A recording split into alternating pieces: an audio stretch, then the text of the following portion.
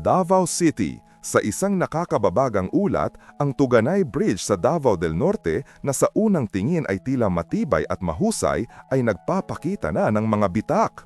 Yes, tama ang inyong narinig.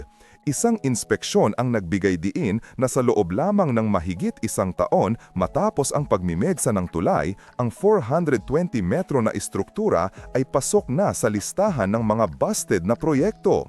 Ang 516 milyong tulay na ito ay 38% na mas mataas ang presyo kada linear meter kumpara sa mga simpleng two-lane bridge.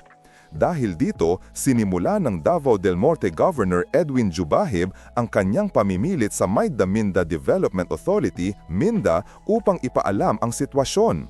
Direkta siyang nag-endorso ng report sa mga ahensya ng gobyerno upang matiyak ang transparency at accountability. Magugulat ka na ang iba pang mga proyekto ay patuloy na sinusuri ng Senate Blue Ribbon Committee. At hindi lang Tuganay Bridges 1 and 2 ang tampok sa skandal. Napag-alaman na may P75 million ghost farm-to-market road project sa Mindanao na naka-flag ng Department of Agriculture. Sabi ni Agriculture Secretary Francisco Tiu Laurel Jr., ang mga proyektong ito na sinasabing hindi na natuloy ay parte ng mga nakaraang administrasyon. Paghambing sa P16 bilyong budget na inirekomenda para sa mga farm-to-market roads, nag-anunsyo ang DA ng isang malawakang pag-audit upang tukuyin ang posibleng mga irregularidad. Tayo'y dapat maging masinot sa ating pondo, sigaw ni Tiu Laurel.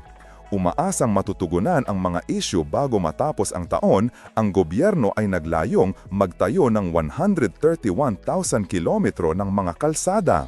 Hanggang Hulyo, 70,000 kilometro na ang natapos. Hindi naman masama, pero 61,000 kilometro pa ang hinihintay.